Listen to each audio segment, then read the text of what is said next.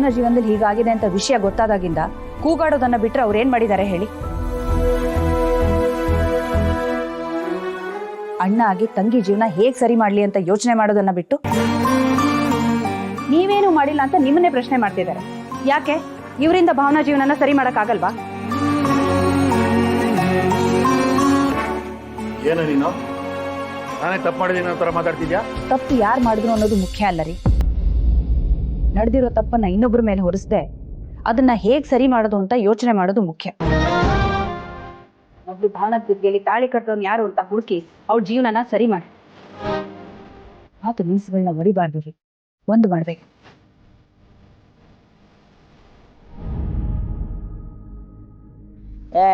ಸಂತು,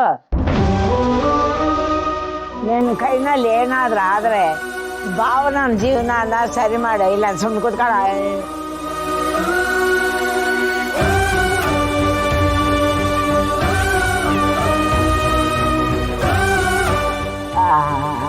ಅವ್ರದ್ದೇನು ಮಾಡ್ತಾ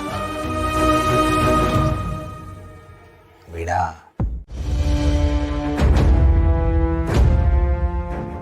ಏನೇ ನೀನು ಎಲ್ರ ಎದುರಿಗೆ ನನಗೆ ಹಂಗೆ ಅವಮಾನ ಮಾಡ್ತೀಯ? ಇದೇನಾ ಕಣ್ಣು ಕೊಡೋ ಮರ್ಯಾದೆ? ನಾನು ಎಷ್ಟು ಕೊಡ್ಬೇಕೋ ಅಷ್ಟು ಮರ್ಯಾದೆ ಕೊಟ್ಟಿದ್ದೀನಿ. ನಾನು ಉಳಿಸ್ಕೋತಿಲ್ಲ ಅಂತನಾ? ಈ ವಿಷಯನ ಇಷ್ಟೆಲ್ಲ ರಹಸ್ಯವಾಗಿ ಮುಚ್ಚಿಡೋ ಬದಲು ಅವತ್ತೇ ನಮ್ಗೆ ಹೇಳ್ಬೋದಿತ್ತು ತಾನೆ. ಈಗ ನಾವೇ ತಿಳ್ಕೊಂಡ್ಮೇಲೆ ನಂದೇ ತಪ್ಪು ಅನ್ನೋ ಥರ ಎಗರಾಡ್ತಿದ್ಯಲ್ಲ. ನಾನೆಲ್ಲರೂ ಎಗರಾಡ್ತಾ ಇದ್ದೀನಿ. ಇರೋ ವಿಚಾರನ ಸಮಾಧಾನವಾಗಿ ಹೇಳಿದ್ದೀನಿ ಅಷ್ಟೆ. ಅಲ್ಲ, ಅವಳಿಗೆ ತಾಳಿ ಕಟ್ಟಿರೋದು ಯಾರು ಅಂತ ಅವಳಿಗೆ ಗೊತ್ತಿಲ್ಲ ಅಂದಮೇಲೆ ಏನ್ರಿ ಮಾಡೋಕ್ಕಾಗತ್ತೆ? ಇವತ್ತಿನ ಸಮಾಜದಲ್ಲಿ ಹೆಣ್ಮಕ್ಳು ಗಂಡನ ಜೊತೆಗೆ ನೆಮ್ಮದಿಯಾಗಿ ಬದುಕಕ್ಕಾಗಲ್ಲ. ಅಂಥದ್ರಲ್ಲಿ ಅವ್ನು ಯಾವನೋ ಗೊತ್ತಿಲ್ಲ ತಾಳಿ ಕಟ್ಟು ಹೋಗ್ಬಿಟ್ರೆ? ಈ ಘಟನೆ ನಡೆದಾಗಿಂದ ಅವಳು ಎಷ್ಟು ನೊಂದ್ಕೊಂಡಿದ್ದಾಳೆ, ಎಷ್ಟು ಕಣ್ಣೀರಿಟ್ಟಿದ್ದಾಳೆ ಅಂತ ನಿಮಗೇನ್ರಿ ಗೊತ್ತು? ತಂಗಿ ಹೀಗಾಗಿದೆಯಲ್ಲ ಅಂತ ಯೋಚನೆ ಮಾಡೋದನ್ನ ಬಿಟ್ಟು ಅತ್ತೆ ಕೋಪನ ನೆತ್ತಿ ಮೇಲೆ ತೋರಿಸಿದ್ರು ಅನ್ನೋ ಥರ ನೀವು ಆಡ್ತಿರೋದು. ಹೌದು ಕಣೆ, ನಾನು ಹೀಗೆ ಆಡೋದು. ಏನಿವಾಗ ಈಗೇನು ಅವಳಿಗೆ ತಾಳಿ ಕಟ್ಟಿದ್ ಯಾರು ಅಂತ ನಾನು ಹುಡ್ಕೊಂಡ್ ಬಂದ್ಬಿಡ್ಬೇಕಾ? ನಾನೇನು ಜೀಬುಂಬ ಅಲ್ಲ ಹಾರ್ಕೊಂಡೋಗಿ ಹುಡ್ಕೊಂಬರಕ್ಕೆ. ಅವನು ಯಾವನೋ ಎಲ್ಲಿದ್ದಾನ ನನಗೇನು ಗೊತ್ತು?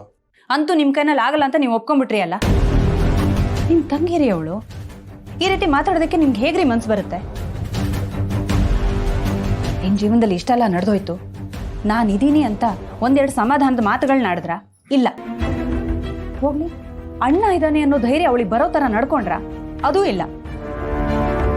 ಇವಳು ಈ ರೀತಿ ಆಡ್ಬಿಟ್ರೆ ಅವಳ ಜೀವನನ ಯಾರೀ ಸರಿ ಮಾಡ್ತಾರೆ? ನೋಡಿ, ನಿಮ್ಮ ಕೈ ಮುಗಿದು ಬೇಡ್ಕೋತೀನಿ, ಅವಳಿಗೆ ತಾಳಿ ಕಟ್ಟೋನು ಯಾರು ಅಂತ ಹುಡುಕಿ ಅವಳ ಜೀವನದಲ್ಲಿ ಕಳೆದೋಗಿರೋ ನಗು ಮತ್ತೆ ಮೂಡೋ ಥರ ಮಾಡಿ. ಇಷ್ಟೇ ನಾನು ನಿಮ್ಮ ಹತ್ರ ಕೇಳ್ಕೊಳ್ಳೋದು.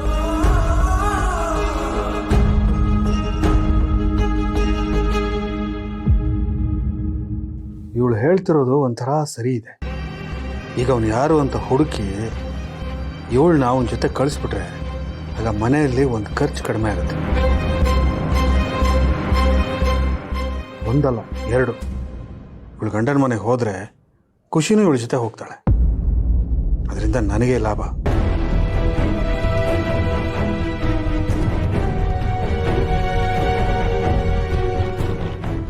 ಸರಿ ಬಿಡು, ಅದಕ್ಕೆ ಗಂಗೆ ಕಾವೇರಿ ಹರಿಸ್ತೀಯ?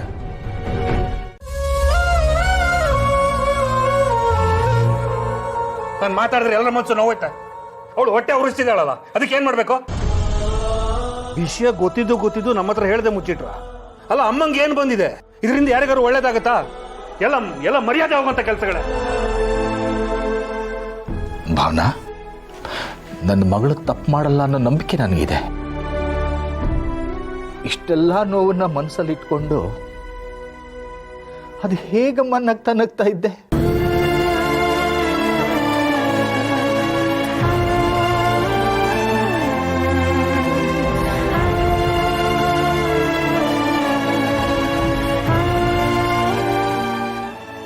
ಇಷ್ಟು ದಿನ ಅಪ್ಪ ಅಮ್ಮ ನನಗೆ ಮದುವೆ ಆಗಿರ್ಲಿಲ್ಲ ಅಂತ ಕೊರಗ್ತಿದ್ರು.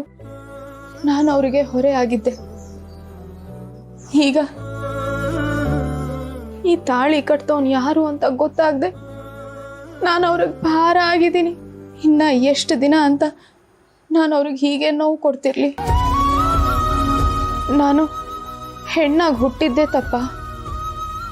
ನನ್ನ ಜೀವನದಲ್ಲಿ ಒಳ್ಳೇದು ಅನ್ನೋದೇ ಬರಲ್ವಾ?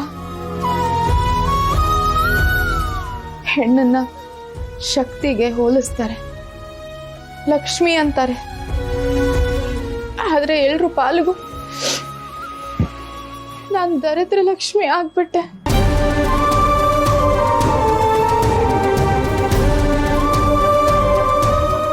ಹೆತ್ತವರಿಗೆ ಹೊರೆಯಾಗಿ ಒಡ ಹುಟ್ಟಿದ್ದವರಿಗೆ ಬೇಡದೆ ಇರೋಳಾಗಿ ನಾನು ಬದುಕಬೇಕಾ? ಬದುಕಿದ್ರೆ ಅದಕ್ಕೊಂದು ಅರ್ಥ ಇರಬೇಕು ಅಂತಾರೆ. ಆದ್ರೆ ಈ ತಾಳಿ ನನ್ನ ಕುತ್ತಿಗೆಗೆ ಬಂದಾದ್ಮೇಲಿಂದ ನಾನು ಬದುಕಿನ ಅರ್ಥನೇ ಕಳ್ಕೊಂಡಿದ್ದೀನಿ. ಇಲ್ಲ, ಇದನ್ನ ಇಲ್ಲಿಗೆ ಮುಗಿಸ್ಬೇಕು. ಆಗ್ಲೇ ಎಲ್ರಿಗೂ ನೆಮ್ಮದಿ ಸಿಗುತ್ತೆ.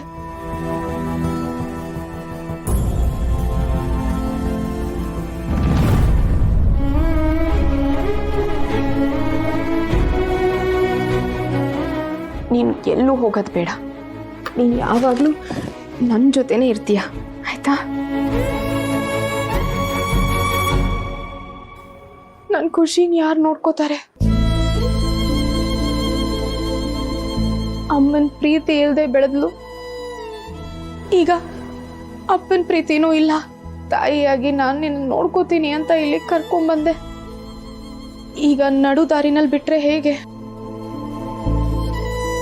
ಹಾಗಂತ ನಾನು ನರಳ್ತಾ ಅವಳನ್ನು ನರಳೋ ಹಾಗೆ ಮಾಡಬಾರ್ದು.